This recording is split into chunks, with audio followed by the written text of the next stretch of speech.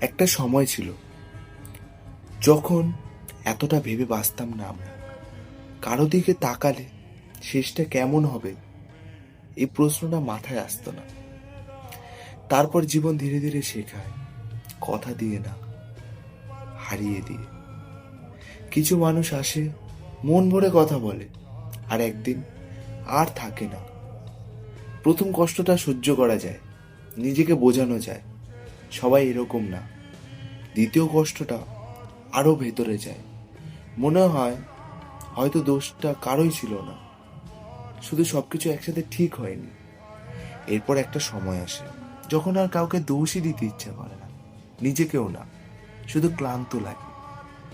এই ভাঙাগুলো চুপচাপ হয়, কেউ টের পায় না। ভেতরে একটা অংশ নিঃশব্দে বসে পড়ে, আর বাইরে আমরা ঠিক আছি এমন মুখটাই পড়ে থাকি।